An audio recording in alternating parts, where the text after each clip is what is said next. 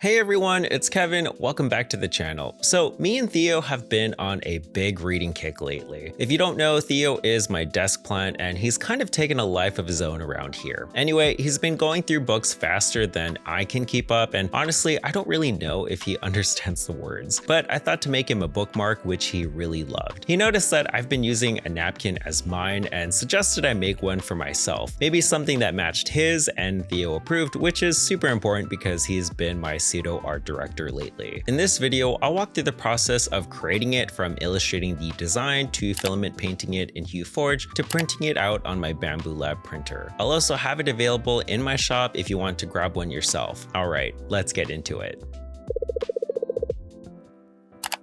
Now, when thinking about this bookmark, I knew I wanted something better than a napkin, decorative but actually sturdy. I thought it'd be fun if it was plant themed, so I landed on illustrating a design and 3D printing it as a real physical piece. The technique I had in mind was filament painting. If you don't know what that is, it's a 3D printing process that takes flat images and turns them into detailed prints you can actually touch and feel. It captures depth and color layer by layer, so the end result looks a lot like a carving or a tablet. If you're familiar with letterpress, it kind of gives the same effect except with more detail. When I first got into 3D printing over a year ago, I wasn't sure what I was going to make, but when I discovered filament painting, I really fell in love with this process. Coming from a 2D background, seeing my art translated into something physical and textured was really exciting. It's actually what pushed me to start my Cure Cards collection, which are tarot-like cards that I designed based on my favorite video games, mainly Final Fantasy XPPen. So I'm working through the job classes now, and if you want to see how I made the first one, the Dragoon, I'll link that one below. And if you want a full breakdown of the filament painting process, I have a dedicated video on that as well. For the concept, I wanted a bookmark with some kind of ornament at the top. My first instinct was to make the body filament painted with a dimensional top piece, like an actual 3D plant sticking up above it. But when I thought about usability, I realized that'd probably be cumbersome, awkward laying flat, or sticking out of a book depending on the size. I might revisit that for a future project, but for this one, I went with a fully flat illustration forward direction. I landed on roughly 8.5 by 2.5 inches, small enough to function properly, but enough room to actually display an illustration. For the illustration, I thought it'd be fun to show Theo watering some of his plant friends. If you follow me on social media, you'll know that I've been helping Theo build out his Plantfriendex, a guide to his plant buddies and how to care for them. I'll probably do a full video on that at some point, but I thought it'd be great to feature some of the entries we've already done. Once the idea was locked in and Theo approved, I moved on to illustrating. And this brings me to today's sponsor, XPPen. Since starting this channel, XPPen has been my go-to tablet for digital illustration and grease pencil work, so it felt really natural to use it for this project. They were kind enough to send me their Artist 12 3rd to try out, along with a little gift bag. This is a drawing display, so you connect it to your computer and you draw directly on the screen, which makes your workflow feel a lot more intuitive. It's super slim and lightweight, easy to throw in a bag and create from anywhere. The 11.9-inch full HD display features AG nano etch glass, which is anti-glare, anti-fingerprint, with a paper-like texture that feels great to draw on. And because it's fully laminated, there's no parallax, so your pen to screen alignment is always accurate. The stylus uses their X4 Smart Chip for smooth, responsive lines, and you can fine-tune the pen pressure directly in the driver, so it responds exactly how you like to draw. And I love the X dial and 8 customizable shortcut keys for adjusting brush size or zooming out without breaking my flow. If you're interested, you can find a link in the description and use code A20Kevin for a discount. And now back to the project. So the layout I had in mind was Theo at the top, watering 3 plants below him, with water trailing all the way down and unifying the whole design. Once I had that vertical flow in mind, it came together pretty naturally. I pulled the plants straight from the Plantfriendex, so the Caletheia dotty, the Monstera, and the snake plant, with Theo up top doing his thing and being the caretaker. For the actual drawing, you can use any program, raster or vector. I usually lean toward vector for the clean lines, so either Blender or Illustrator, but here I used Photoshop. I bounce between them depending on what the project needs are. Since these illustrations already existed from the Plantfriendex, bringing them together was pretty straightforward. The main thing was not overcomplicating it, so it needed to be detailed and fun, but still readable at bookmark size.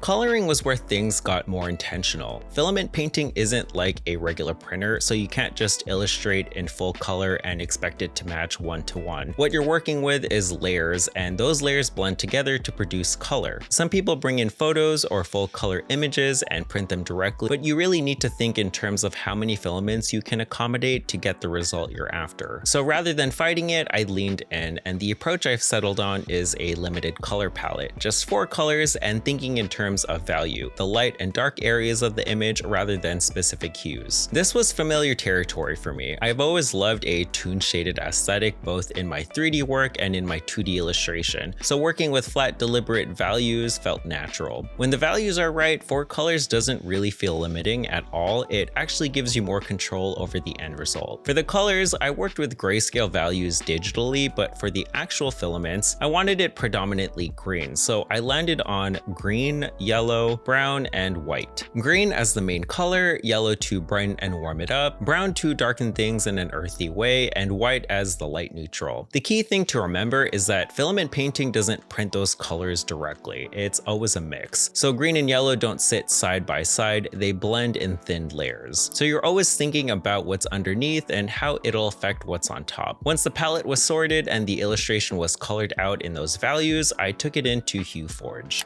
If you haven't seen my filament painting video, I'll link it here, but the short version is that Hue Forge is software that controls exactly when your printer swaps filaments and on which layer, with a lot of options to fine-tune the result. I know MakerLab released something similar recently called Chroma Canvas, and I've played around with it and want to do more testing, but I really like Hue Forge for the customization. The key thing to understand is that, again, you're not assigning colors to specific areas of the design, you're assigning them to layers. In Slicer software like Bamboo Studio, you can assign colors to specific parts of a model, but here, sequence is what matters. I set brown as the base, then green, then yellow, and then white on top. And I chose that order because building up from the darker values to the lighter ones gives the greens a lot more vibrancy than if you went the other way. HueForge also gives you a live preview of how those layers interact, and you can adjust the number of layers to control how prominent each color is. The visual isn't always accurate, but it gives you something to work from. Once I was happy with it, I exported the STL and brought it into Bamboo Studio. I matched my filament slots, set the specifications to my HueForge settings, and sliced it. HueForge also gives you color changing instructions, which tells you exactly which layers to swap on, and you can plug those into the slicer. Then you send it to print. This is always the scariest yet exciting part, and depending on the size of your print, you're looking at anywhere from 3 to 6 hours. This one took about 4. And it came out clean on the first print, which was great. When I pulled it off the bed, I could immediately see the layering doing exactly what I intended. The greens had depth, the brown was grounding the whole design, and the white was hitting the highlights just right. It reads like an illustration, but physical, and it's something you can actually hold and feel the texture of. And here it is, the final Theo watering bookmark. Theo's at the top with his little watering can, and plant friends cascading all the way down below him. In person, you can really feel the texture, and it doesn't just look like a print, it feels like an actual object. And most importantly, it's Theo approved. I enjoyed this process so much that I made a second one, and this one depicts Theo and the legendary Monster Monstera at the top, and this is inspired by a stylized scene I did with him a while back. If you want to check out that breakdown, I'll link that below. And if you want to grab a bookmark, both of them are available on my online shop at kevinram.com and on my Etsy. Anyways, that's it for this video. Thank you so much for watching. I really appreciate it. I hope you enjoyed following along from the illustration all the way to the final print. If you want to support me, Theo, and the channel, again, you can check out the shop, links in the description. And if you have any questions about the process, feel free to drop them in the comments. If you want to go deeper on filament painting or 3D printing in general, I also have more videos on the channel for that as well. Thanks again, and I'll see you all in the next video.